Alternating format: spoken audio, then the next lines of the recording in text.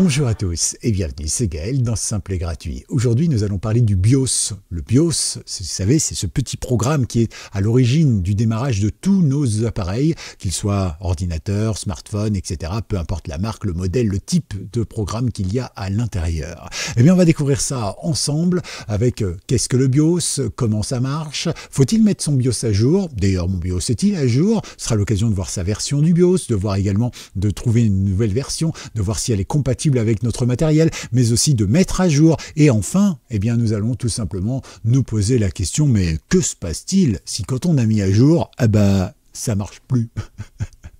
Voilà, je sais, c'est la grande question. Je vous proposerai des solutions, vous allez voir, ma foi, toutes simples, qu'on utilise quand on dépanne un ordinateur, basiquement. Ok, c'est noté. Bon, alors cette vidéo, évidemment, elle peut partir dans tous les sens, parce que je pourrais vous parler pendant un an en non-stop, sans prendre ma respiration, sans même manger du BIOS, parce qu'en fait, il y a plein de trucs à dire dessus, selon le modèle, selon l'année, selon la marque, selon le... Voilà, il y a plein de possibilités, selon le fabricant de la carte mère, voilà. On peut vraiment aller très loin, réglage, machin, truc, etc. Je suis pas forcément le mieux placé pour vous en parler. Ceci dit, eh bien là, par rapport à tout ce que je vous ai annoncé, je vais être assez succinct dans cette vidéo.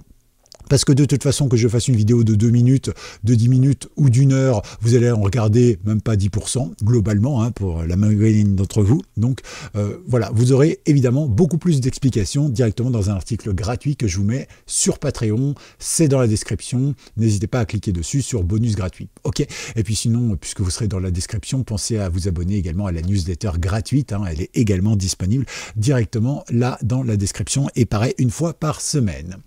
Pensez également à liker cette vidéo et à vous abonner, c'est bon pour le référencement de cette chaîne, ça permettra aux algorithmes de mieux proposer ma chaîne. Voilà, comme ça, tout le savoir que j'essaye de prodiguer comme ça dans cette chaîne, ou en tout cas toutes les questions, les interrogations et parfois les solutions, eh bien vous pouvez aussi les partager vous-même. Voilà, grâce à tout ça. Ok, bon. Alors, première chose, qu'est-ce que le BIOS ? En gros, il faut imaginer que c'est un tout petit programme qu'on appelle un firmware, bon, voilà, un programme de démarrage globalement, et quand vous appuyez sur le bouton Power de votre ordinateur, donc allumé, eh bien en réalité c'est lui qui se lance tout de suite. Et en fait, c'est lui qui va être en charge de checker tout votre matériel. C'est-à-dire que c'est lui qui va dire, tiens, est-ce qu'il y a un lecteur de disquette A, B, tiens, est-ce qu'il y a un disque dur HDD, SSD, est-ce qu'il y a par exemple je sais pas, un lecteur CD-ROM, est-ce qu'il y a un écran, est-ce qu'il y a ci, etc. Il va checker tout ça, la RAM, le machin, le truc, ok, parfait, et il va envoyer une petite impulsion électrique sur chacun d'entre eux et il va attendre le rapport. C'est-à-dire que par exemple, souvent sur les vieux ordinateurs, et c'est le cas sur le mien notamment, quand je l'allume, ça fait au démarrage. C'est normal, petite impulsion électrique de la part du BIOS qui dit tiens, est-ce que tu fonctionnes toi? Je t'envoie, je t'excite un petit peu, hop, eh ben c'est génial, tu es en train de râler, tu es en train de faire ton petit truc, donc tu es en forme, donc c'est bien, je te prends, parfait, tu marches. Et il va faire ça avec tous les systèmes. Et à la fin, eh bien, si jamais ça va pas bien, eh bien il va vous mettre des bips. Alors après, on pourra revenir sur les bips. Vous savez, il y avait des longs, des courts, parfois une succession, parfois un nombre, etc. Ça a une signification, évidemment. Comme ça, à l'oreille, on sait ce qui ne va pas. Mais sinon, vous avez aussi des messages d'erreur qui sont affichés à l'écran. Si par contre, tout va bien, il va lancer votre Windows. Voilà, la majorité du temps, ça va bien. Enfin, Windows, Linux ou macOS, d'ailleurs. Ça marche exactement de la même manière. Ok, donc ça, c'est important. Le BIOS, c'est un tout petit programme qui va à la fois checker votre matériel et de l'autre côté, lancer votre système d'exploitation. Globalement, on va résumer comme ça, on irait plus loin évidemment si on voulait être beaucoup plus précis sur pas mal de sujets, mais bon, globalement on va faire comme ça. Et puis ensuite, eh bien, on pourrait se poser la question, mais finalement, pourquoi mettre son BIOS à jour? C'est vrai que souvent on entend que c'est assez risqué de mettre son BIOS à jour ou pas. Oui et non. Si vous suivez les procédures, vous risquez rien du tout. D'ailleurs, tous les BIOS sont mis à jour tout le temps. Personne s'en inquiète et ça marche très bien. Alors, il faut savoir que j'ai identifié 3 causes qui pourraient vous inciter à mettre votre BIOS à jour. La première, eh bien, c'est la compatibilité matérielle. Par exemple, moi j'ai un ordinateur de 2010 là, l'ordinateur de test que vous voyez là, d'accord, 2010, donc ça commence à dater. Il était sous Windows 7 pardon au départ, puis Windows 8, puis Windows 10, puis maintenant Windows 11 et bientôt il sera sur Windows 12 puisqu'il a les capacités pour y passer. Voilà, en tournant un petit peu les configurations de restriction. Mais globalement, ça y passe. Donc, vous voyez que c'est un ordinateur qui tient le coup sur l'année, sur le temps, sur tout ça. Mais par contre, il y a des évolutions technologiques. Alors, en 2010, il y avait déjà du SSD. Hein, donc, lui, il n'a pas eu de problème. Quand j'ai mis un SSD dedans, il l'a reconnu automatiquement. Mais c'est vrai que si vous ne faites pas la mise à jour, par exemple, vous avez un ordinateur de 2007 et que vous voulez introduire un SSD, eh bien, il y a assez peu de chances que votre disque dur SSD soit compatible, reconnu. Alors, ça va marcher, hein. Je vous rappelle qu'un ordinateur, c'est une boîte en fer. Après, ce qui fait que ça marche ou que ça marche pas, c'est la compatibilité. Donc, que le fait que le logiciel, il parle, ou le matériel, il parle le même langage, entre guillemets, que le BIOS. Voilà, c'est juste une histoire de langage, d'accord? Donc là, globalement, c'est la même chose. En mettant à jour, vous allez augmenter le nombre de langages et donc pouvoir être plus à jour en termes de technologie. Voilà, ok? Donc ça peut servir à ce genre de choses. Deuxième point, eh bien, c'est la stabilité. En effet, vous le savez, quand on crée un programme, et ceux qui me suivent sur Patreon et qui apprennent à développer en Python avec moi, eh bien vous le voyez, on peut faire un programme, il nous semble bien, puis à l'utilisation, on s'aperçoit parfois qu'il y a un bug là où on n'avait pas prévu d'en faire un, ou que bah tiens, il y a une nouvelle chose qui fait que ça crée un bug. Par exemple, on le voit souvent sur les smartphones, hein, notamment sur iOS et iPhone, ils n'arrivent pas à régler ce problème, mais en fait, on peut envoyer, n'importe qui peut vous envoyer un SMS avec une série de caractères bien spécifiques, ça prend le contrôle de votre smartphone, ou bien ça le fait redémarrer, etc. etc. Voilà, c'est amusant à faire, moi je le fais de temps en temps à mes copains qui ont des iPhones, ça marche. Voilà. Il y a la même chose aussi sur Android, bien sûr. Hein. Mais vous voyez, donc bah, ça fait partie des bug system. En fait, il y a une suite de caractères, lui il interprète ça comme une ligne de genre tu t'éteins, et hop, voilà, il s'éteint. Okay, donc vous voyez, il y a plein de trucs comme ça, et c'est des trucs qu'on n'avait pas forcément prévus au développement, pardon. Et donc forcément, ce qui se passe, c'est que bon bah mettre à jour ce BIOS, ça peut offrir donc la stabilité de ce bug. Donc ça, c'est une deuxième possibilité. Et la troisième, eh bien, c'est la vulnérabilité. Vous le savez comme moi, il y a des failles qui sont créées. Voilà, au départ, on fait un logiciel, il est super sécurisé parce qu'il correspond à notre époque, mais 10, 15 ans plus tard ou 5 ans plus tard, la technologie a beaucoup évolué. On a découvert qu'il y avait un truc qu'on n'était pas censé pouvoir le faire et pourtant on peut le faire. Donc c'est une faille. Et donc forcément, si moi demain, par exemple, je suis dans une entreprise et que ben voilà, j'ai 200 ordinateurs sous la main et que j'ai envie de hacker par exemple cette entreprise, bah, c'est très simple. En gros, je vais trouver un ordinateur sur lequel le BIOS n'est pas mis à jour, ou la souris, le driver de la souris n'est pas mis à jour, ou le driver de la carte son n'est pas mis à jour. Enfin bref, voilà. Là, va y avoir une faille que je vais trouver sur Internet, que je vais connaître, que je vais pouvoir exploiter, et je vais pouvoir pirater tout le réseau sans aucune difficulté. D'accord? Donc ça permet vraiment de faire ça. Donc il y a une possibilité d'ajouter des nouvelles technologies grâce à la mise à jour, de gérer les vulnérabilités, mais aussi de corriger les problèmes qu'il pourrait y avoir et les différents bugs. Voilà un petit peu pourquoi mettre à jour son BIOS. Ensuite, comment identifier son BIOS? Alors là, il y a plein de techniques. Vous pouvez aller sur le BIOS au démarrage, par exemple, et vous avez donc la version de votre BIOS. Vous pouvez aussi aller en ligne de commande. Vous pouvez aller dans le terminal de Windows, par exemple. Hein. Vous pouvez tout simplement bien aller il y a une version graphique de Windows, c'est plutôt pratique, je vous l'ai déjà montré plusieurs fois.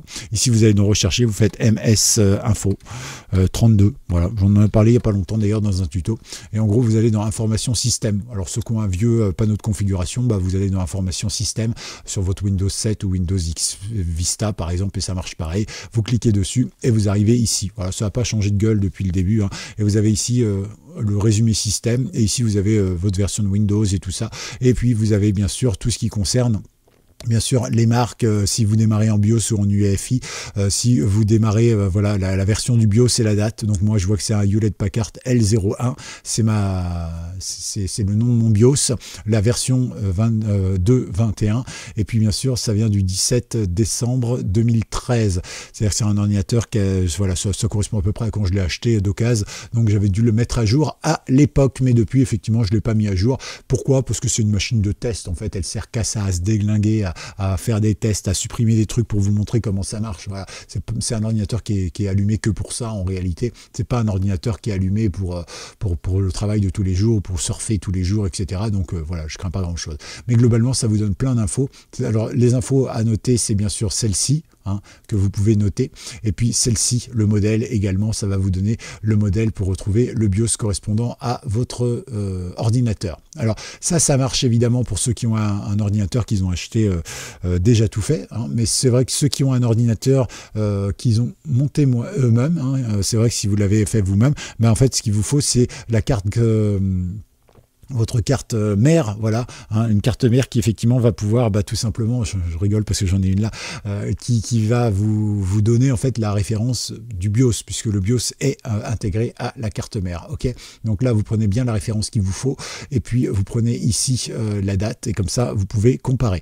Ensuite, vous allez sur Internet. Donc moi, par exemple, c'est un Hewlett-Packard, c'est un ordinateur qui est d'origine, entre guillemets, un nom qui est monté par le constructeur. Donc, je vais tout simplement aller là.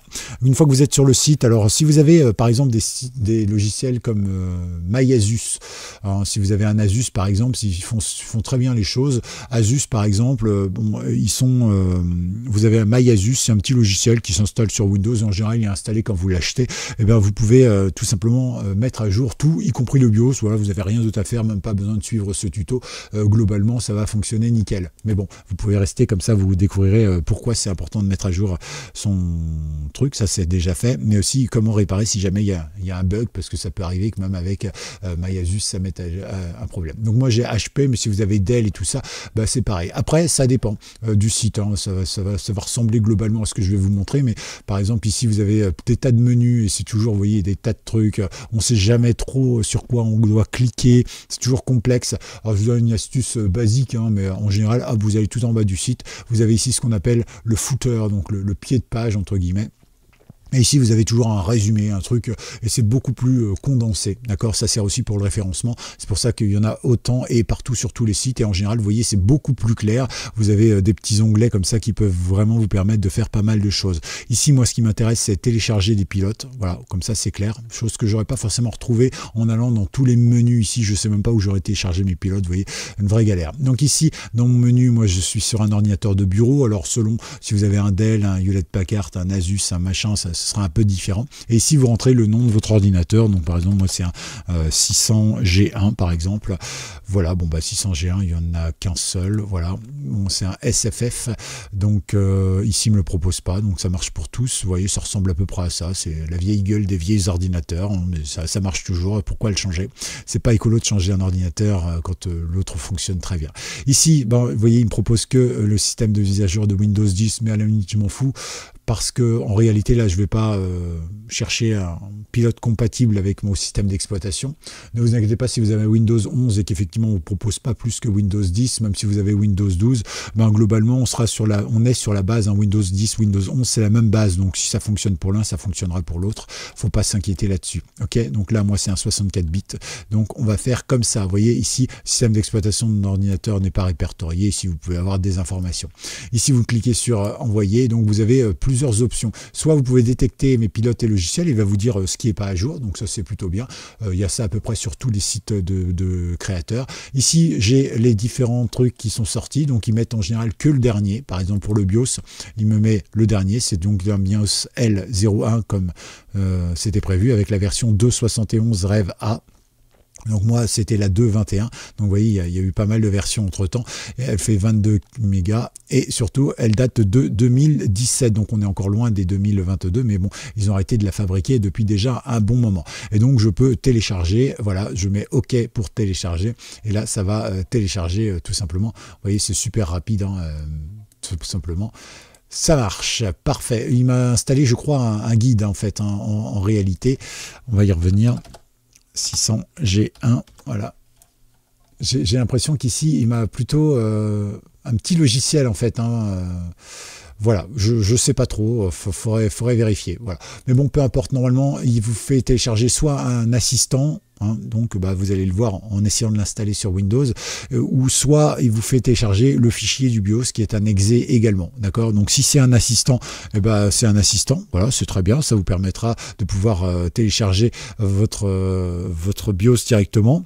Si jamais c'est pas le cas, vous allez pouvoir donc utiliser le fichier que vous avez téléchargé, et ce fichier que vous avez téléchargé, vous allez pouvoir le mettre sur une clé USB, d'accord. Donc là, moi je fais ça, je voulais revenir là. Ici, il me dit pas, tiens, que c'est un il me dit pas que c'est un assistant. Par contre, effectivement, vous voyez, il me dit 22 mégas, mais mon fichier à moi, il fait 11 mégas, ce qui veut dire qu'il y a de grandes chances que ce soit un assistant. Mais bon, peu importe. Ici, vous prenez votre fichier, vous allez donc mettre votre clé USB directement dans l'ordinateur. Vous allez devoir la formater, donc vous allez cliquez sur votre clé USB droit ici et vous allez tout simplement par exemple faire formater ici, d'accord? Une fois que vous y êtes, vous choisissez ici exFAT, c'est mieux que NTFS pour ce genre de détails. Et puis après, vous laissez tout le reste, vous faites formatage rapide comme vous voulez, faites démarrer. Voilà, vous attendez 2-3 petites secondes, c'est très rapide. Une fois que c'est fait, vous prenez votre fichier que vous venez de télécharger et vous le mettez dans votre clé USB. Ok, et donc là, bah, vous avez une clé USB prête. Maintenant, vous démarrez l'ordinateur, enfin, vous l'éteignez, vous redémarrez l'ordinateur et vous tapotez alors sur la touche qui vous ouvrira le BIOS. Alors vous allez me dire quelle touche c'est. Bah, c'est très compliqué à dire parce que si par exemple, je prends un exemple d'un Asus 2017, eh bien par exemple, ça va être la touche F2, mais l'Asus 2022, ça va être la touche F7, par exemple. Voilà, c'est ce qui n'est pas le cas du tout, hein, j'invente, mais globalement, vous voyez, ça dépend pas que de l'ordinateur, de la marque, ça dépend aussi eh bien, de la période. Voilà, globalement, pour arriver sur le BIOS, c'est toujours une des touches suivantes, soit échappe, soit F1, soit F2, soit en général c'est F10, 11 ou F12. Voilà, globalement, c'est à peu près toujours celle-là. À voir. Parfois c'est même tout simplement un contrôle quelque chose, ça dépend évidemment, ça le mieux c'est de chercher sur internet. Ok, donc là vous allez forcément trouver l'information, c'est très simple, hein. En général vous tapez, vous demandez à Google, à Perplexity, à Gemini, à n'importe qui, pour une fois que l'IA pourrait vous servir, ça peut être très pratique. Voilà, vous mettez votre numéro encore une fois, ici votre numéro en disant bah voilà moi j'ai un ordinateur HP, ProDesk, machin, truc, etc. etc. C'est noté? Bon. Vous démarrez sur votre BIOS et là vous allez chercher tout simplement. Alors il y a deux possibilités où vous avez un logiciel intégré à votre BIOS, ça c'est pour les BIOS déjà un peu performants, hein. Vous avez différents logiciels comme par exemple, je suis en train de chercher le nom. Vous avez par exemple EZ-Flash, voilà, si vous ne l'avez pas, vous pouvez le télécharger pour l'installer, ou alors Q-Flash par exemple, Q, la lettre Q bien sûr, et puis voilà, vous avez ça sur votre BIOS et vous pouvez bien sûr mettre à jour votre BIOS, ou bien tout simplement vous pouvez à ce moment-là utiliser ce qu'on appelle le BIOS Flashback. Beaucoup de BIOS ont ça dans leurs paramètres, voilà, ça vous permet tout simplement d'aller chercher donc sur votre clé USB le petit programme que vous avez mis, et donc à ce moment-là il va l'installer. Ok, donc jusqu'à là, pas de souci. D'ailleurs, on parlait de EZ Flashback là tout à l'heure. Je pense que vous pouvez le télécharger. Il est gratuit, hein, normalement, EZ Flash. Voilà, donc ici, me rappeler dans 3 jours. Voilà, voilà, par exemple, vous allez le chercher directement ici. Voilà, vous pouvez le télécharger, l'installer. Voilà, il est dispo en français, donc ça c'est plutôt cool. Et donc après, bah, vous faites download ici directement. Alors, il n'est pas en français, hein, mais voilà, vous pouvez le télécharger tout simplement. Et vous allez pouvoir avoir accès à ces informations. Voilà, donc ça peut vous aider, ça peut vous servir. Ok, reste une dernière étape pour terminer cette vidéo, mais que se passe-t-il si quand on rallume notre ordinateur après l'avoir mis à jour, bah, ça marche pas? Bah, en réalité, il y a 3 possibilités que vous pouvez avoir.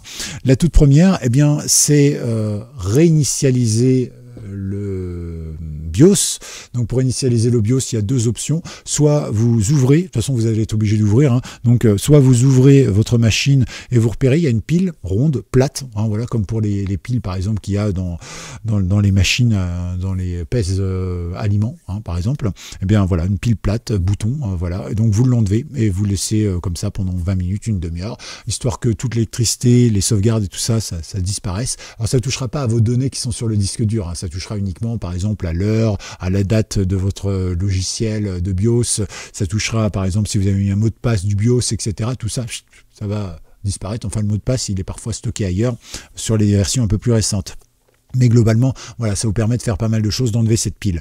Si vous n'avez pas de pile, ce qui m'étonnerait, mais des fois elle n'est pas forcément accessible, bah, ce que vous pouvez faire, c'est chercher. Vous avez des cavaliers. Un cavalier, qu'est-ce que c'est? Bah, c'est une sorte de petite prise en fait, hein. Et dessus c'est marqué, alors de mémoire, CLR underscore le tiré du 8 là, CMOS, d'accord, CLR CMOS, c'est Clear CMOS en fait, hein. Donc là vous allez l'enlever tout simplement et puis après vous allez pouvoir la remettre. Donc il faut l'enlever pendant quelques minutes, hein, et normalement vous allez pouvoir bien à ce moment-là entre guillemets, reformater, enfin effacer un petit peu les paramètres de votre BIOS, et il y a des chances qu'ils reprennent une version d'usine et que ça fonctionne. Voilà, ça c'est l'option 1. L'option 2 qu'on peut faire, c'est tout simplement faire la procédure inverse, c'est-à-dire aller chercher une vieille version de son BIOS, celle qu'on avait par exemple auparavant, stable, directement sur notre internet, on le met sur une clé, puis on recommence la procédure inverse, et là ça devrait fonctionner. Et puis sinon, la troisième solution, vous allez me dire, c'est pas une solution. Ah bah non, c'est pas une solution, mais c'est la meilleure solution qui existe, c'est faire appel à un professionnel. Au bout d'un moment, moi j'en vois parfois, des fois en discutant avec les gens, c'est tiens, t'as changé d'ordinateur. Ah ouais, j'avais un petit problème, machin, j'ai changé d'ordi. Je dis, mais il était bien ton ordi, il avait 2 ans, tout ça. Il me dit, bah ouais, mais il y avait un petit problème, par exemple, de BIOS, machin. Et au lieu d'appeler un professionnel ou simplement d'en parler à des gens qu'on connaît, généralement, ces gens-là, ils changent d'ordinateur. Moi, j'en vois énormément qui changent d'ordi. Et c'est un petit peu dommage, du coup, parce que les ordis partent à la déchetterie alors qu'ils sont pleinement opérationnels. Hein. C'est dommage. Voilà, c'est pas très écolo. Puis ça coûte cher, au final, un ordinateur. En tout cas, voilà, vous avez un petit peu toutes ces informations. Évidemment, je vous mets beaucoup plus d'infos dans le lien dans la description, le bonus gratuit de Patreon. Et bien, j'espère que vous avez appris quelque chose. Voilà, c'était une première initiation, c'est plutôt sympa, je pense. Hashtag BIOS, BIOS, si vous avez été jusqu'au bout de cette vidéo. Merci évidemment de l'avoir regardé. On se retrouve très vite pour une nouvelle vidéo. Pensez à liker cette vidéo, pensez à vous abonner également. C'est bon pour le référencement de la chaîne. Ça me permet d'être plus proposé, plus vu, et que toutes les vidéos que je fais soient aussi plus proposées, et donc que le savoir se partage. Et tout ça, c'est grâce à vous, c'est vous qui faites le boulot. Merci à tous. On se retrouve dans 48 heures pour une nouvelle vidéo. À tout bientôt. C'était Gaël. Ciao.